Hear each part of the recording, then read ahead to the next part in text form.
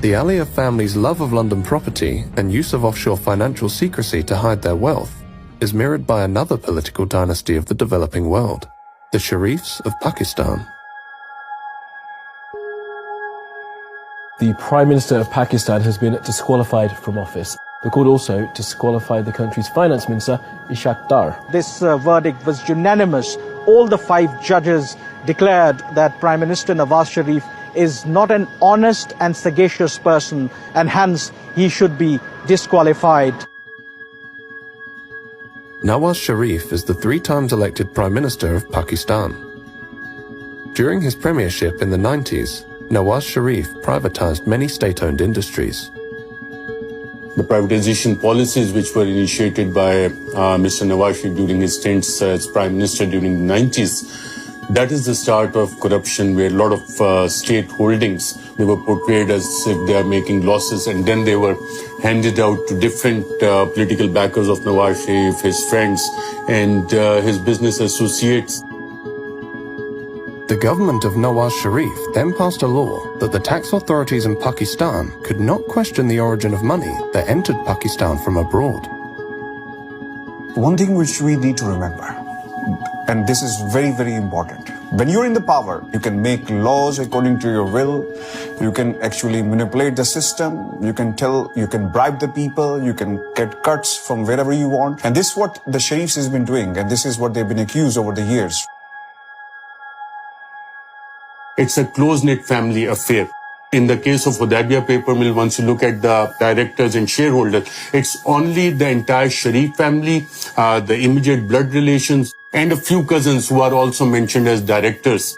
To look at the shareholding of Ramzan sugar mill, that gives you an idea that it is run by Chief Executive Officer Mr. Hamza Shehbaz Sharif. Shehbaz Sharif is a younger brother of Nawaz Sharif. He was the leader of the Punjab Assembly while his brother was Prime Minister. He is accused of laundering tens of millions of dollars through the Ramzan sugar mill, a company owned by the Sharif family. Accounts were opened in the name of these low-level, low-wage employees who do not come into the tax net. Money used to be deposited in those accounts, and finally they used to land in the accounts of either Mr. Hamza Shehbaz Sharif, Mr. Sulaiman Shehbaz Sharif, or Mr. Shehbaz Sharif himself. In fact, these files which you see here, it gives the names, it gives the banking documents, the challans, everything which is mentioned in these, all the banking record. The names of the low-wage employees.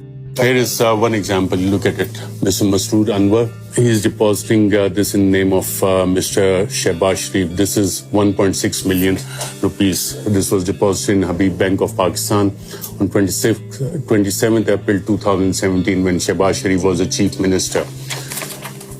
This is another deposit, 13th May 2016, in the name of Mia Muhammad Shehbaz Sharif, an amount of 6,52,451 rupees deposited in an account by Mr. Masroor Anwar. 1 crore and 90 lakh rupees being deposited in the account of Mr. Shehbaz Sharif by Masroor Anwar. Now, you might ask, who is Masroor Anwar? Masroor Anwar, according to this investigation by the Federal Investigation Agency, was a low-level employee of Sharif family. Your own family member is the finance minister, and your other brother is the prime minister. So then entire banking chain was there to facilitate them. And I was talking to one of the sources in the investigation because once they investigated the bankers as to how it was happening under their nose and why they didn't stop all these activities, they said that people used to come with gunmen into the banks. And one of the female the investigator said she was crying a banking official that what we could have done. The bank managers, they used to get a call from top executives in the bank. The banks themselves were part of this nexus of covering up the corruption of the Sharif family. The so-called Panama Papers contain allegations of money laundering and tax evasion, involving world leaders, and where some of them are accused of hiding their money in many cases in an effort to avoid taxes.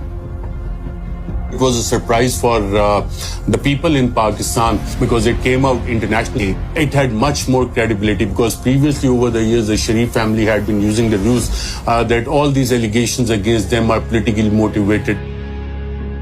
Sharif's 3 children are named in the Panama Papers. His family owns properties in London through offshore accounts.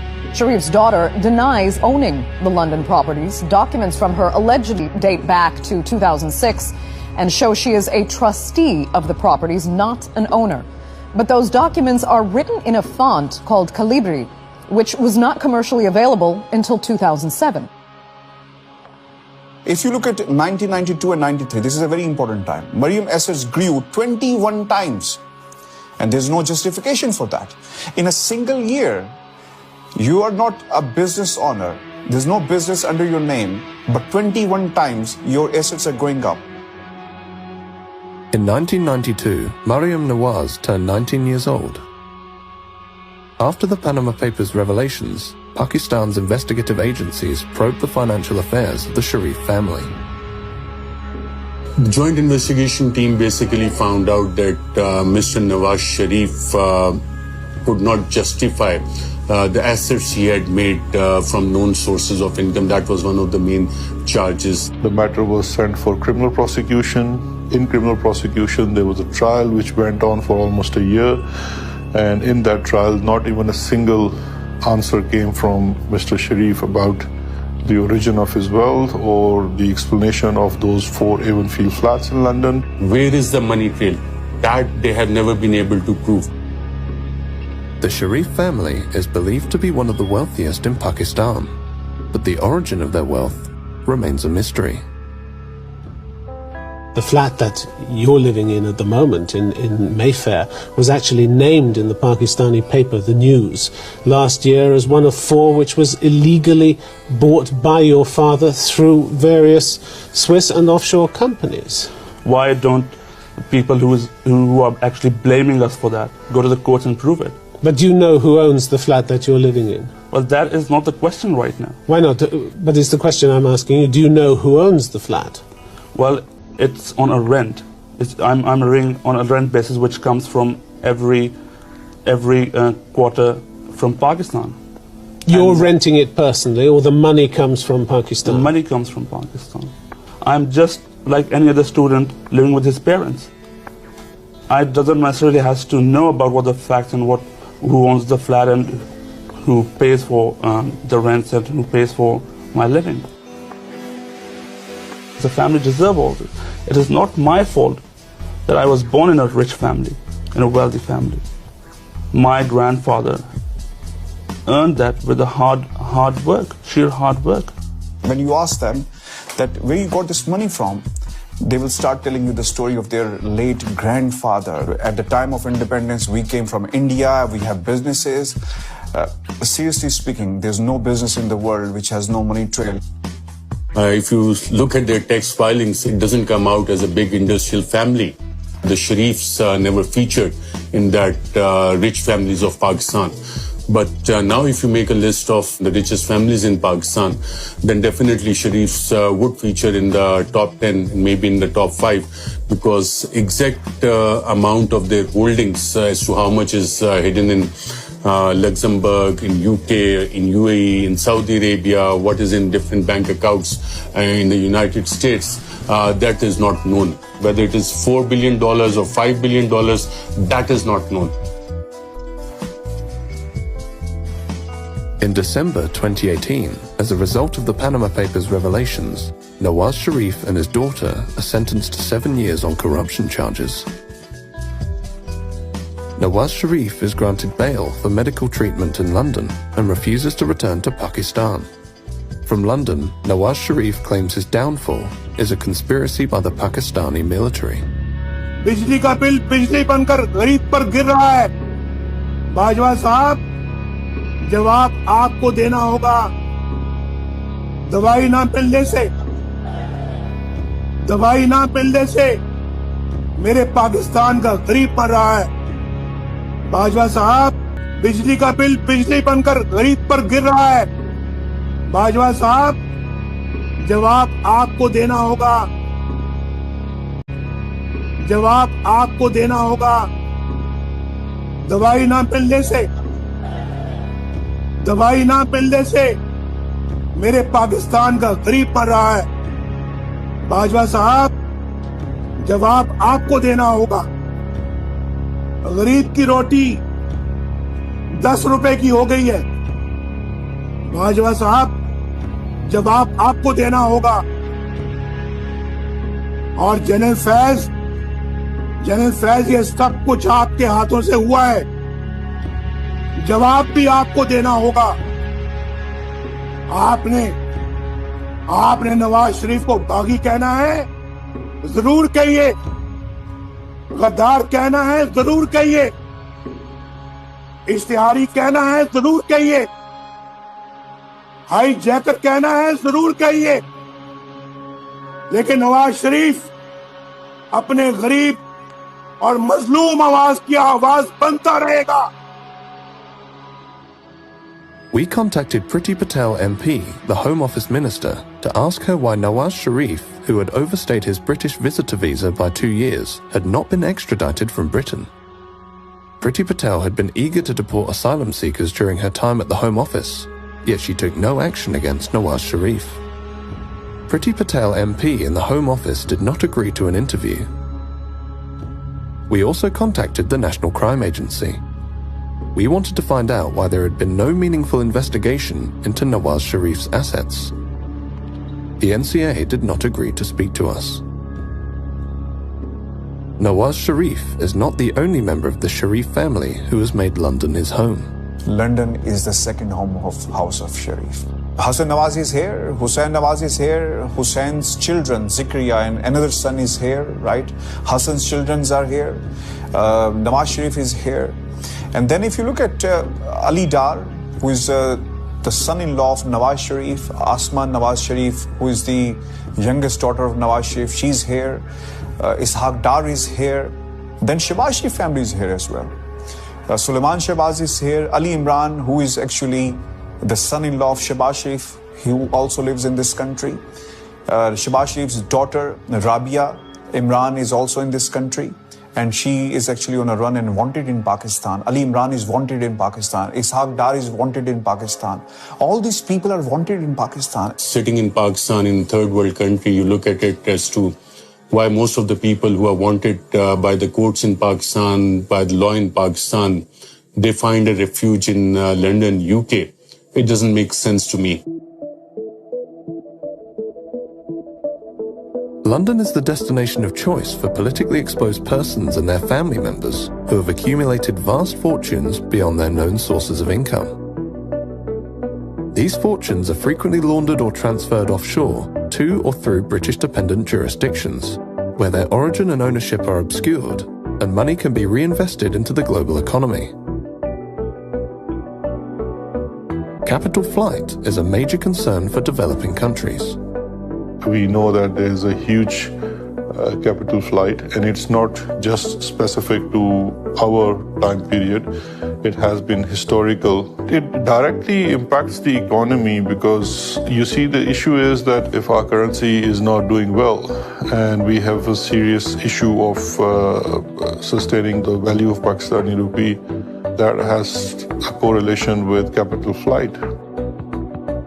The Financial Action Task Force, or FATF, an intergovernmental money laundering and terrorist financing watchdog headquartered in Paris, had put Pakistan on its grey list of jurisdictions. Our financial systems have been made more accessible. We have sharing of information with almost everyone.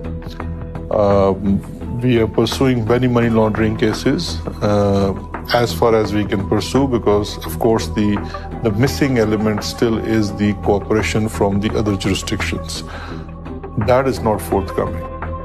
And sometimes we wonder that we are in grey list, but the money that has been taken from here is in countries which are not in the grey list.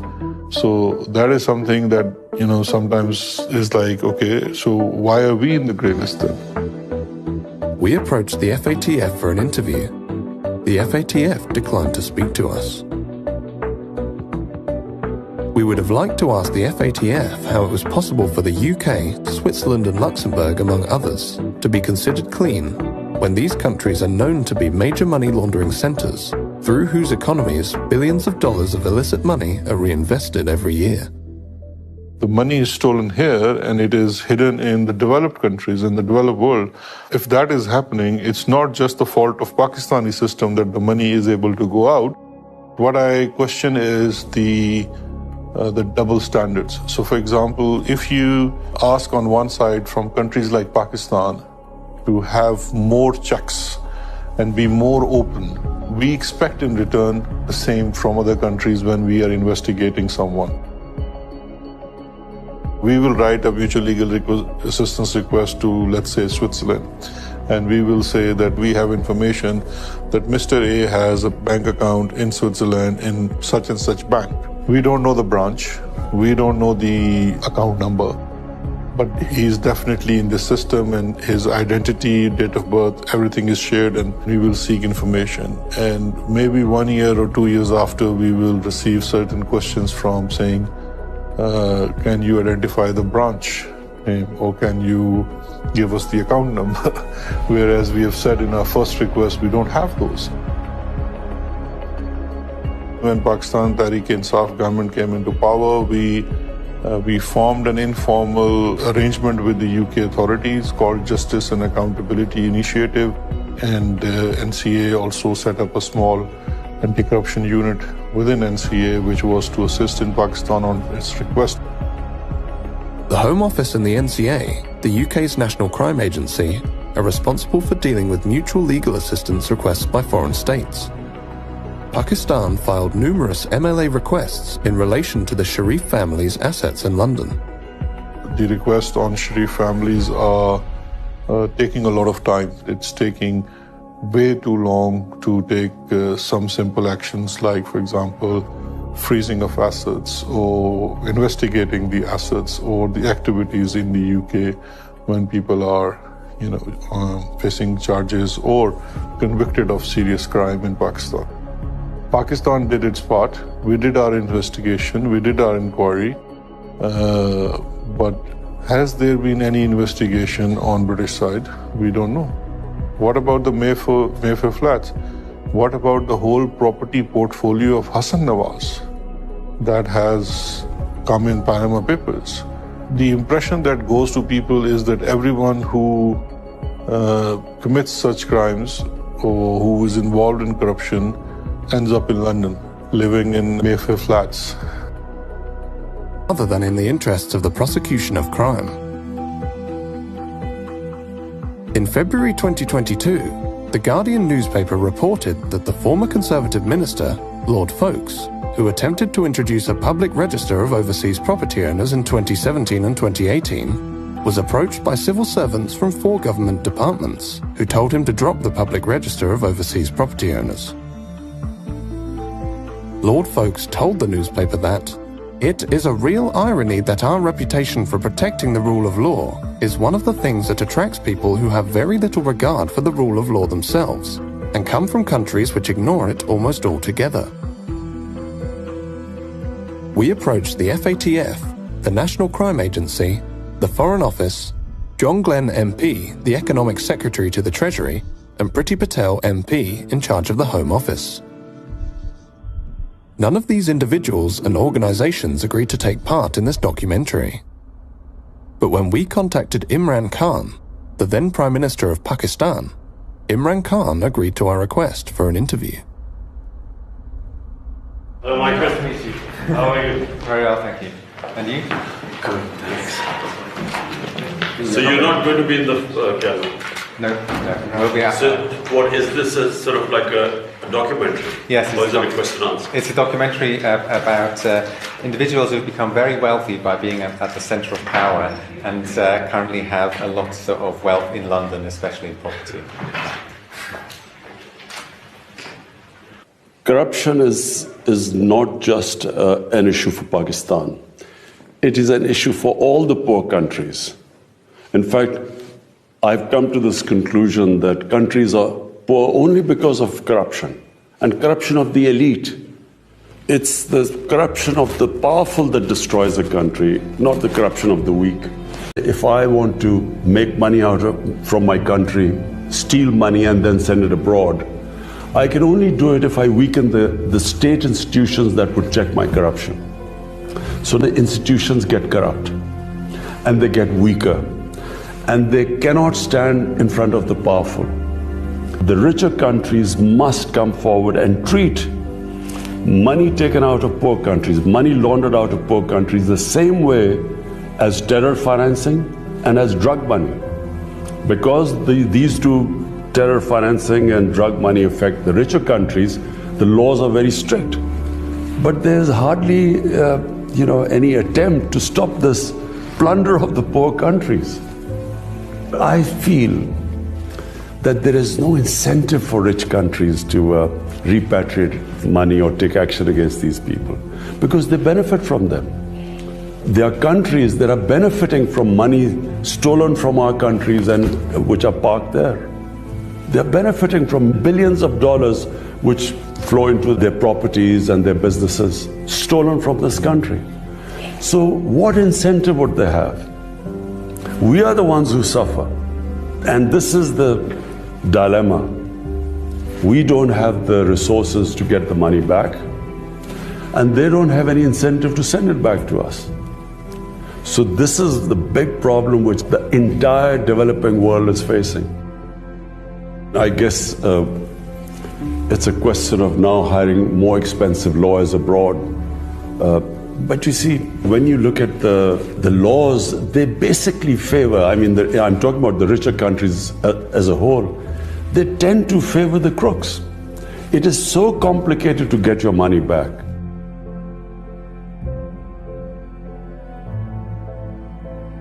Imran Khan has raised this issue in almost every forum that the rich countries must take care of poor countries, and the care involves that the looted money that is now invested in the rich countries must be returned to the original countries. In Panama Papers, the properties of Sharifs are categorically mentioned, and all these properties are in the heart of London. And everyone, including the British government, knows that these properties are actually bought from laundered money. I think international politics play a big role here. So some countries, they say that what is ours and what is yours is also ours. So this is the case with British government right now. Offshore leaks have revealed time and time again that politically exposed persons use secrecy jurisdictions to hide their wealth, launder their wealth, and reinvest that wealth back into the global economy. A large part of the international financial system and many of the major financial secrecy jurisdictions are controlled and regulated by Western interests. Imran Khan frequently spoke out against money laundering and offshore financial centers. His government challenged Western institutions and governments to return and reveal dirty money and undeclared assets of Pakistani origin, pursued an independent foreign policy, and angered the US by refusing to host CIA sites on Pakistani soil.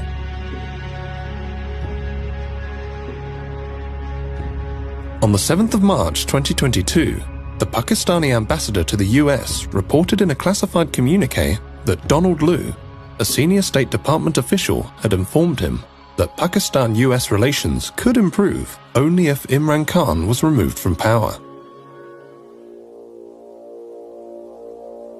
Khan actually accused the US of being behind a conspiracy to get him ousted from power. The Prime Minister of Pakistan accused the US of working with the opposition to remove him from power.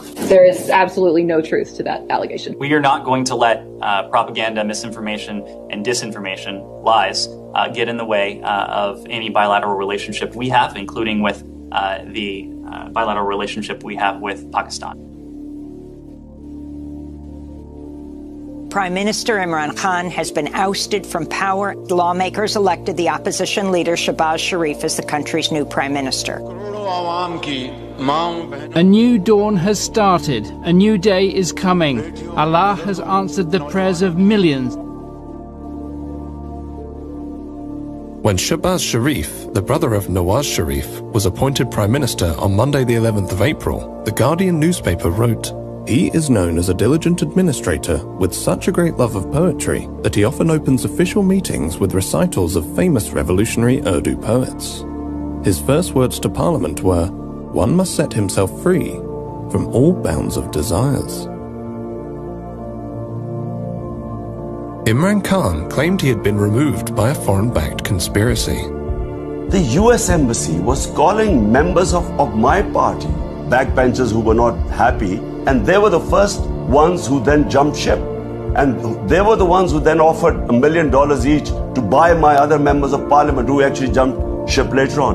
And then Donald Lu's conversation with our ambassador, the next day the no confidence motion is tabled in the assembly. What do you think? You have made some significant allegations there. When it's not will allegations. You show we the have hard this evidence.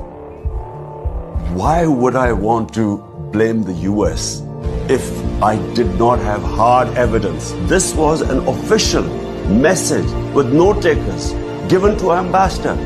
Message received by me, by our president, given to the Chief Justice of Pakistan. This is real. Not only democratically elected government removed through the conspiracy, we have been replaced by a bunch of criminals. 60% of the cabinet, which is sitting right now, is on bail.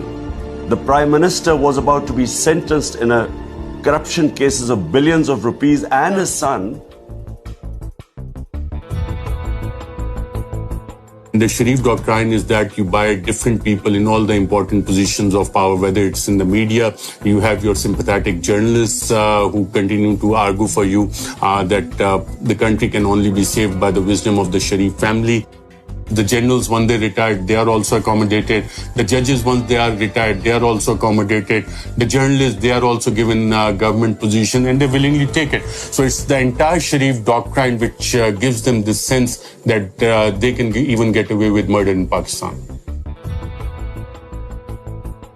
Nawaz Sharif has learned that even though if you are out of power, if you manage to gain time and if you manage to delay the cases in the courts of law, and once you come back into power, you can manage to get a clean check. So I think this time also the same strategy is being followed by the Sharif family. I think those in power, they think that they can get away with the crimes they have done. And Sharif family has been benefiting from them because of their international friends who have been coming to their rescue to strike the dirty deals.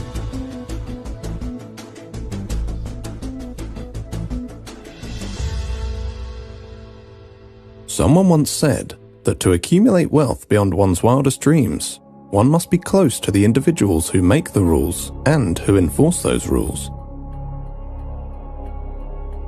When Shahbaz Sharif's coalition government was appointed, one of its first actions was to pass an amendment to restrict the power of the National Accountability Bureau, which had been in charge of investigating white-collar crime by public office holders. The amendment, which was passed in June 2022, was to take effect retrospectively.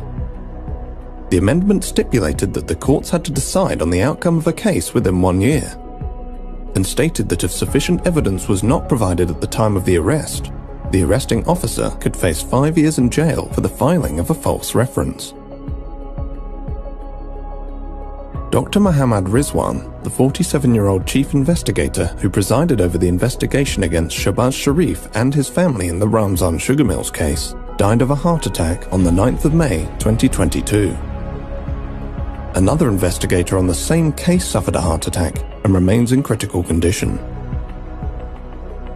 Malik Masood, through whose accounts prosecutors alleged 3.7 billion Pakistani rupees were laundered to various Sharif family members, had been cooperating with investigators when he too suffered a heart attack and died on the 7th of June 2022. The 49-year-old had been a tea boy at the Ramzan sugar mills, where he drew a salary of approximately $300 per annum for his work at the Sharif family-owned enterprise. According to the Wealth Report, London is the wealth capital of the world, beating New York to the top spot. London is the favoured playground of the world's politically exposed oligarchs and their family members. The Sharif family of Pakistan, the Aliyevs of Azerbaijan, the Kenyatas of Kenya, and many other current and former politically connected families who acquired vast fortunes beyond their known sources of income own billions of pounds of prime London property. London boasts the greatest diversity of international property investors, with people from 45 countries owning properties in London. British-dependent jurisdictions continue to offer financial secrecy and tax evasion services. 84,000 properties in the UK are owned anonymously. The UK government has made repeated promises to crack down on dirty money, but on each occasion, the government has failed to implement the promised legislation or watered down the legislation so as to make it ineffective. Britain remains the capital of libel tourism, where the wealthy come to attempt to silence their critics. London continues to be a safe haven for the global elite that have fallen out of favour in their home countries. Pakistan under Imran Khan attempted for years to engage with Britain to repatriate laundered money. Many other developing countries have done the same, without success. We approached numerous UK government bodies and ministers for this documentary. Not one agreed to speak to us. The FATF, the Intergovernmental Money Laundering and Terrorist Financing Watchdog, headquartered in Paris, indicated in its first review after the ousting of Imran Khan that Pakistan had met all of the compliance recommendations to be removed from the FATF grey list.